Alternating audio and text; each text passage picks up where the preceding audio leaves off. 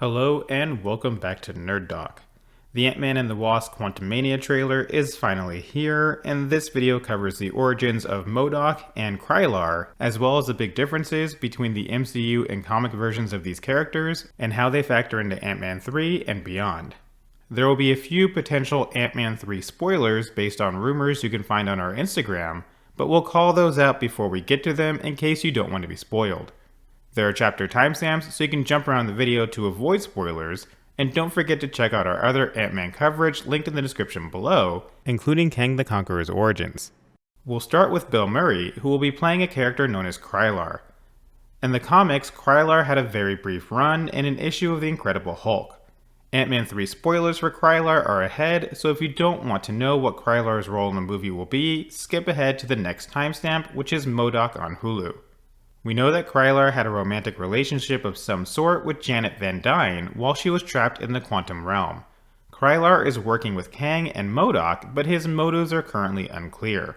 While not confirmed yet, Krylar is also rumored to be the ruler of a quantum city that may be known as Kai. The city is supposedly inhabited by various monsters and creatures, but Krylar himself looks mostly human aside from his green skin. Bill Murray has said that this will be his only MCU appearance, so don't expect to see the character again, but as you can see, his role in Ant-Man is far more than a simple cameo. While there was a short-lived MODOK series on Hulu with Patton Oswalt voicing the character, that is not related to his appearance in the MCU in any way, and Patton Oswalt is not connected to the role. If you recall, Patton Oswalt is already voicing Pip the Troll, who appeared in the credits scene of The Eternals. Getting back to MODOK, in the comics he was originally George Tarleton. George joined the Advanced Idea Mechanics team, better known as AIM, and assisted with the creation of the Cosmic Cube. In the MCU, the Cosmic Cube was a tesseract that housed the Space Stone before Thanos crushed it, but in the comics it's just an item with great power that can control matter and energy. In order to better study the Cosmic Cube, the AIM Scientist Supreme created the mental organism designed only for computing project, or MODOK with a C for short. AIM mutagenically altered George into MODOK, which caused his brain to become so large that his body could no longer support it.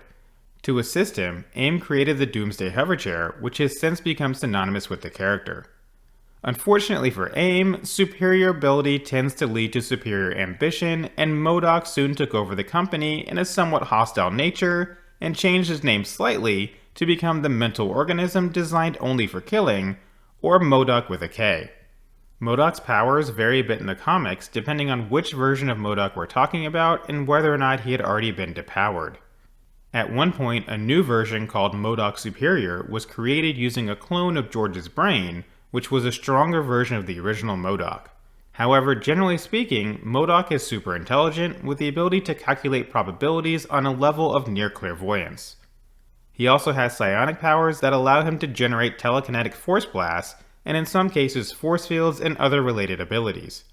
The Doomsday Hoverchair also enhances MODOK's psionic powers, and MODOK has been known to create new robotic suits to control directly, or to use at his discretion similar to how Dr. Doom uses his Doombots. MODOK has had a number of run-ins with Hulk, Maestro, Fantastic Four, X-Men, Captain America and Bucky Barnes, as well as Namor and Dr. Doom. As you can see, MODOK fits in well with the current roster of characters in the MCU, but has almost no connection to Ant-Man or Kang the Conqueror in the comics. If you haven't already guessed, MODOK is going to be very different in the MCU. First and foremost, we need to discuss his origins. This involves a spoiler for Ant-Man 3, so if you don't want to be spoiled, jump to the next timestamp in the video, which is AIM in the MCU. Still here? Okay. If you recall the end of the first Ant-Man movie, Darren Cross took on the identity of Yellowjacket. During his fight with Ant-Man, he was shrunk down to seemingly nothingness, and his death was heavily implied. While we don't have complete details yet, Darren Cross has now become MODOK. Unlike the comics, where MODOK was George Tarleton and worked for AIM, MODOK is now Darren Cross, who worked for PIM Technologies. The theory here is that Cross didn't die in the first Ant-Man movie, but was instead sent to the Quantum Realm, where he encountered a stranded Kang the Conqueror and now works as Kang's advisor. And if you're worried about how MODOK looks in Ant-Man 3, don't worry, by the end of the movie he looks much more like he does in the comics. Now, AIM already exists in the MCU and appeared in Iron Man 3 as the company that started the Extremis project, as well as a quick mention in the Loki series. The company does not seem to be associated with MODOK in any way at the moment, but that doesn't mean MODOK won't take over AIM at some point in the future. As far as Ant-Man 3 is concerned, he doesn't seem to have any connection to AIM. We don't know if MODOK survives at the end of the movie, but he has died and come back in the comics. He was even left for dead by the Hulk at one point, only to come back. So even if he doesn't survive Ant-Man 3, that doesn't mean he won't return at some point in the future. We may even get MODOK Superior at some point in the MCU if the original ends up dying. As far as MODOK's future in the MCU, Intelligentsia was recently introduced in the She-Hulk series. MODOK is directly connected to Intelligentsia, Amadeus Cho, and the Incredible Hulk in the comics.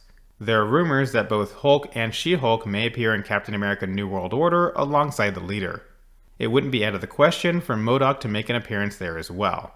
He may also follow Kang and show up in the Loki series in Season 2 or Avengers Kang Dynasty. That's all speculation on our part, but it's heavily rumored that MODOK will return after the events of Ant-Man 3. It's just a matter of where and when. So what do you think of MODOK and Krylar's inclusion in Ant-Man and the Wasp Quantumania? Would you have preferred the Hulu version of MODOK with Patton Oswalt voicing the character? Are you cool with the Ant-Man 1 and Kang the Conqueror connections? Let us know your thoughts in the comments below. For now, that wraps up this video. Thank you for watching. If you enjoyed the video, please don't forget to like, subscribe, and share with someone who loves mental organisms designed only for killing.